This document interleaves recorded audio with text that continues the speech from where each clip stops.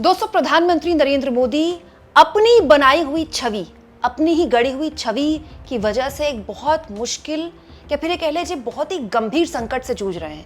वो संकट अगर बहुत जल्द खत्म नहीं हुआ कि तो मोदी का जो पूरा एक ऑरा है ना, एक पूरा जो जादू है, वो एक तरह से उसको बहुत नुकसान पहुंचेगा। और इस बात को खुद मोदी भी समझ रहे हैं। लेकिन प्रॉब्लम ये है कि इन सब के लिए जो डैमेज कंट्रोल हो रहा है, वो डैमेज कितना कंट्रोल कर पा रहा है, ये अपने आप में एक सवाल है। शशि थरूर, उनको जिस डेलीगेशन में विदेश भेजा गया ऑपरेशन सिंदूर के बारे में पूरी दुनिया को जानकारी देने के लिए, उसको लेकर काफ़ी पॉलिटिक्स हुई, मुझे उस पर नहीं जाना है। लेकिन शशि थरूर अब जब इस सरकार के बचाव में आए तो विदेश में जाकर शशि थरूर ने एक ऐसी बात बोल दी जो हम भारतीयों के लिए बिल्कुल नई बात है। आपको और मुझको शायद इस बारे में जानकारी भी नहीं होगी, लेकिन शशि थरूर अमेरिका में जाकर एक बयान दे रहे हैं। दोस्तों, आप जानते हैं ये जो डेलीगेशन तैयार किया गया है, इसमें पक्ष विपक्ष सभी नेता हैं और ये ऑपरेशन सिंदूर के बारे में दुनिया भर को बता रहे हैं और बता रहे हैं कि पाकिस्तान प्रायोजित आतंकवाद की वजह से भारत कितना जख्मी हुआ है। लेकिन इस बीच शशि थरूर लगातार बता रहे थे, पाकिस्तान की कारगुजारियों को एक्सपोज कर रहे थे, भारत पिछले 30 साल से इन जख्मों को कैसे झेल रहा है उसके बारे में बात कर रहे थे। लेकिन शशि थरूर ने एक बात बोल दी, अगर आप वो बात सुनेंगे तो आपके लिए भी वो बात हैरान करने वाली होगी, चकित करने वाली होगी, क्योंकि ये बात शशि थरूर जो बोल रहे हैं वो बिल्कुल नहीं है हमारे लिए। दोस्तों, विदेश में शशि थरूर ने कहा है 2015 के जनवरी में भारत के पठानकोट में एयरबेस पर हमला हुआ, उससे ठीक पहले हमारे प्रधानमंत्री ने पाकिस्तान जाकर एक गुडविल विजिट की थी। उस वक्त पाकिस्तान के पीएम नवाज शरीफ का जन्मदिन था और उनकी पोती की शादी। उन्होंने काफी गिफ्ट्स भी दिए, लेकिन उसके बाद जब यह हमला हुआ तो वो इतने आश्चर्यचकित थे कि उन्होंने नवाज शरीफ को खुद फोन किया और कहा क्यों ना आप हमारे साथ इस जांच में सहयोग करें, और उसके बाद पाकिस्तान के दल को पठानकोट बुलाया गया। दोस्तों, शशि थरूर ये कह रहे हैं कि 2015 में जब हमारे मिलिट्री एयरबेस पर पठानकोट में आतंकी हमला हुआ था, उस खबर को सुनकर प्रधानमंत्री मोदी इतने आश्चर्यचकित थे कि उन्होंने खुद नवाज शरीफ को फ़ोन किया और एक तरह का ऑफर दिया कि आइए आप हमारे साथ इस पूरे के पूरे मसले पर सहयोग कीजिए, जांच में सहयोग कीजिए। और उसके बाद क्या हुआ आप सब जानते हैं, एक पूरा दल पाकिस्तान से आया और उन्होंने पठानकोट एयरबेस का दौरा किया। हालांकि उस वक्त भी विपक्ष इसको लेकर उंगली उठा रहा था कि आप ये बहुत बड़ी गलती कर रहे हैं, पाकिस्तान तो यही चाहता है कि हमारे मिलिट्री एयरबेसेस को वो देखे, आप अपने एयरबेस उनको क्यों दिखा रहे हैं। लेकिन अंत में क्या हुआ, वो वापस गए, पाकिस्तान का पूरा दल वापस गया और पाकिस्तान ने कह दिया कि ये तो हमने किया ही नहीं, ये तो इंडिया ने खुद ही किया। ये हमेशा करता है पाकिस्तान। दोस्तों, ये पाकिस्तान आज से नहीं कर रहा, हमेशा से कर रहा है। लेकिन शशि थरूर ने जो ये बात बोली है, उसमें जो गौर करने वाली बात है वो ये है कि प्रधानमंत्री नरेंद्र मोदी ने नवाज शरीफ को खुद फोन किया और उनको ऑफर दिया कि आइए आप जांच में सहयोग कीजिए। मैं ये जानना चाहती हूँ दोस्तों कि आखिर पाकिस्तान पर इतना भरोसा मोदी कैसे कर सकते हैं, क्योंकि पाकिस्तान ने हमें धोखा दिया और ये धोखा केवल मोदी ने नहीं खाया है। मतलब मोदी एक डेढ़ महीने पहले पाकिस्तान अचानक चले गए नवाज शरीफ के जन्मदिन, उनकी पोती की शादी में, और उसके बाद दोस्तों भारत में पठानकोट आतंकी हमला हो गया। This is not the first time, ये भारत के साथ हमेशा हुआ है। हमने जब भी पाकिस्तान पर भरोसा किया तब उसने हमारे पीठ में छुरा भोंका, चाहे वो वाजपेयी हो, चाहे वो इंदिरा गांधी हो। मतलब एक पूरा इतिहास है हमारे पास। इसीलिए इस देश का दोस्तों छठी में पढ़ने वाला जो अबोध बालक है, उससे भी अगर आप पूछे कि पाकिस्तान के विश्वास के लायक कि क्या पाकिस्तान सुधरेगा, तो वो ये बोलेगा पाकिस्तान कभी नहीं सुधर सकता, क्योंकि हमारी पीढ़ियों ने यही होते देखा है। और ये सच्चाई है, पाकिस्तान कौन सा सुधरा है। पाकिस्तान में तो जश्न मच रहा है, पता नहीं किस बात की जीत का वो जश्न मना रहे हैं। लेकिन शशि थरूर तो एक नई बात बोल रहे हैं कि पठानकोट एयरबेस में पाकिस्तान के साथ, पाकिस्तान हमारे इस हमारे देश में हुए आतंकी हमले में सहयोग करे, ये ऑफर प्रधानमंत्री मोदी ने दिया था। और उसके बाद जो कुछ भी हुआ आप सब जानते हैं। हालांकि शशि थरूर ने उसके बाद बहुत सी और बातें बोली, वो सब भारत के हित में ही थी और ये बात भी शशि थरूर भारत के हित में ही बोल रहे थे वहां पर। लेकिन ये एक डिटेल थी ना जो हमें नहीं पता थी कि मोदी ने नवाज शरीफ को फोन किया था और ऑफर दिया था कि आइए जांच में सहयोग कीजिए। लेकिन बड़ा सवाल ये है दोस्तों कि जब मोदी ने अपनी आंखों से देख लिया कि पाकिस्तान भरोसे के लायक नहीं है, जांच में सहयोग हमने उनको दिया, उसके बाद भी वो पलट गए, तो फिर सीज फायर पर कैसे भरोसा कर लिया गया। दोस्तों, याद कीजिए, जब सीज फायर के बाद पहला राष्ट्र के नाम संबोधन मोदी ने दिया था तो उन्होंने क्या कहा कि पाकिस्तान के डीजीएमओ की तरफ से फोन आया और ये भरोसा मिला कि उसके बाद आने वाले वक्त में वो इस तरह की आतंकी घटनाओं को अंजाम नहीं देगा भारत में, तो हमने सीज फायर के फैसले पर विचार किया। सुनिए मोदी ने उस वक्त क्या कहा था।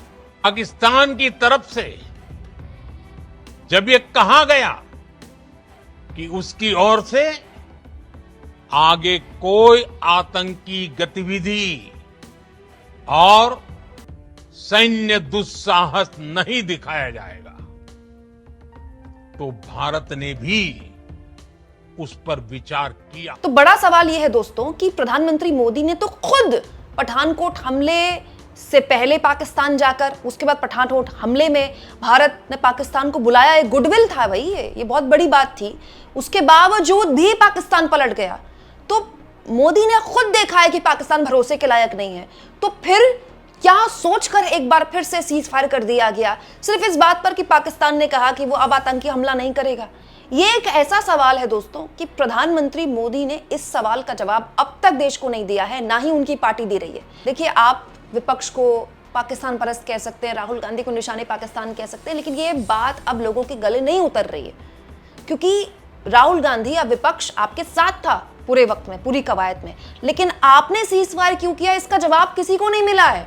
और अब जो उसके लिए प्रयास किए जा रहे हैं वो भी अधूरे प्रयास है। दोस्तों, हुआ गया 2014 से पहले मोदी की बहुत अलग अलग तरह की छवियां थी। जैसे कॉर्पोरेट के बीच मोदी की छवि थी, कॉर्पोरेट पसंद है, ये काइंड ऑफ उनका जो माइंड है मोदी का, वो सीईओ टाइप चलता है, ये बहुत बिजनेस फ्रेंडली है, ईज ऑफ डूइंग बिजनेस की मोदी बात करते थे। लेकिन जो सबसे ज़्यादा पसंद की जाने वाली उनकी छवि थी वो थी ये आतंकवाद नहीं झेलेंगे। याद होगा आपको, जब 26/11 आतंकी हमला हुआ था हमारे देश में, तो उस वक्त ताज होटल पर आतंकी हमला चल रहा था। उसके बावजूद भी मोदी, उस वक्त गुजरात के मुख्यमंत्री थे, वो ताज होटल के बाहर खड़े होकर प्रेस कॉन्फ्रेंस करके उस वक्त की केंद्र सरकार की आलोचना कर रहे थे।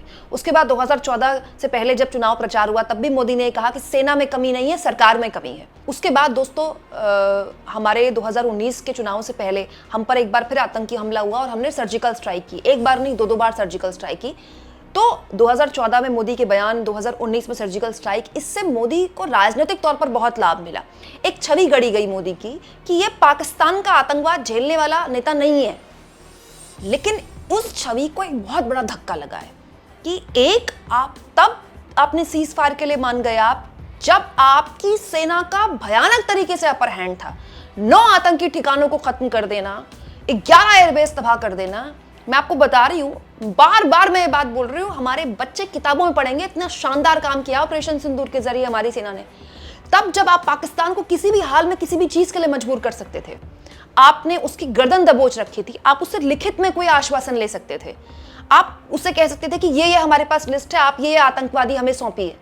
आपने कुछ नहीं किया और आपने कह दिया कि हम पाकिस्तान ने हमसे कहा कि आगे वो ऐसा नहीं करेगा और हमने सीज फायर पर विचार कर लिया। ये एक ऐसी चीज है जिसका अब तक भारत को कोई जवाब नहीं मिला है। और प्रॉब्लम यह है कि शशि थरूर ने यह बयान देकर मोदी की उस छवि को और नुकसान पहुंचा दिया है।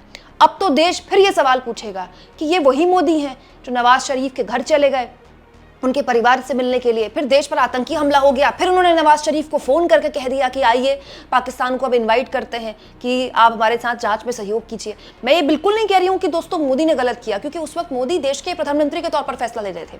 होता क्या है, इंटरनेशनल प्लेटफॉर्म में हमसे बार बार ये पूछा जाता है कि आपके पास क्या सबूत है कि पाकिस्तान ने किया, क्या सबूत है पाकिस्तान ने किया। तो चाहे 26/11 के डोजियर्स जो हमने भेजे हों या फिर पठानकोट में जो हमने पाकिस्तान को बुलाया हो, ये प्रयास भारत इसलिए करता रहा ताकि हम दुनिया को भी ये दिखाएं कि भाई हम पर आतंकी हमला होता है और जिस पर हम इल्जाम लगाते हैं हम उसको तक बुलाते हैं। इस पर हम दुनिया भर में, अब जो जितने भी डेलीगेशन हमारे दुनिया भर में जा रहे हैं वो यही बता रहे हैं कि देखिए हमने अपने स्तर पर हर प्रयास किया, लेकिन ये मुल्क जो है इसने हमारे साथ जो गद्दारी की है, जो पीठ में छुरा भोंका है, अब हम इसको कैसे माफ करें, अब हम इस पर कैसे भरोसा करें। तो भारत के प्रधानमंत्री के तौर पर उनका फैसला सही था गलत था उसका आकलन हम कर सकते हैं, लेकिन उनका जो सोच रही होगी वो वही रही होगी। लेकिन अब दोस्तों लोग ये सवाल पूछ रहे हैं कि ये जो छवि गढ़ी गई, क्या ये सही छवि थी? जब युद्ध अपने निर्णायक जगह पर पहुंच गया था तो युद्ध को वो अंजाम क्यों नहीं दिया गया जो अंजाम इंदिरा गांधी ने दिया था? इसीलिए अचानक से इंदिरा गांधी पर चर्चा होने लगी। फिर इंदिरा गांधी ने 72-71 में क्या किया था उस पर चर्चा होने लगी। क्या इंदिरा गांधी ने पूरी तैयारी की थी? पूरी तैयारी की थी, महीनों से तैयारी की और उसके बाद उनकी तैयारी ज़मीन पर दिखी। क्या मोदी ने पूरी तैयारी नहीं की थी? जब अपर हैंड हमारी सेना का था तो मोदी ने सीज फायर का फैसला लेकर राजनीतिक तौर पर क्या एक बहुत जोखिम भरा कदम उठाया है जो उनकी छवि को नुकसान पहुंचा रहा है।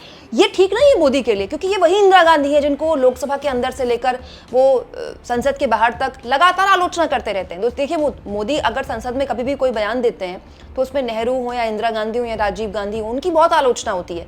लेकिन आज वही इंदिरा गांधी उनके बरक्स खड़ी हो गई, उनके सामने खड़ी हो गई हैं और खुद बीजेपी के सपोर्टर भी दबी जुबानी कहने लगे हैं कि नहीं, इंदिरा गांधी वाली बात नहीं है। तो ये बीजेपी के लिए बहुत खतरनाक है। लगातार मैं आपको ये बात बोल रही हूं दोस्तों कि बीजेपी के सपोर्टर्स को, कट्टर सपोर्टर्स को हमेशा से ये लगता रहा कि जिस दिन मोदी कह रहे थे युद्ध हो गया, मोदी पीओके ले आएंगे, लेकिन इस बार उनका वो भ्रम टूट गया, इस बार उनका वो दिल टूट गया, सपना टूट गया। और ये मोदी के लिए बहुत खतरनाक होने वाला है, क्योंकि इस बार जो छवि का डेंट पड़ा है वो उन लोगों के बीच पड़ा है जो अंधभक्त हर लिहाज से मोदी के साथ रहे, चाहे मोदी कितनी भी गलतियां करें। आपको क्या लगता है दोस्तों, कमेंट बॉक्स में जरूर लिखें, और जितना हो सके चैनल को शेयर करें, सब्सक्राइब करें, और थैंक्स फॉर ज्वाइन। दोस्तों ये 2 ऑप्शन है जिसके जरिए आर्थिक तौर पर भी आप चैनल के हाथ मजबूत कर सकते हैं।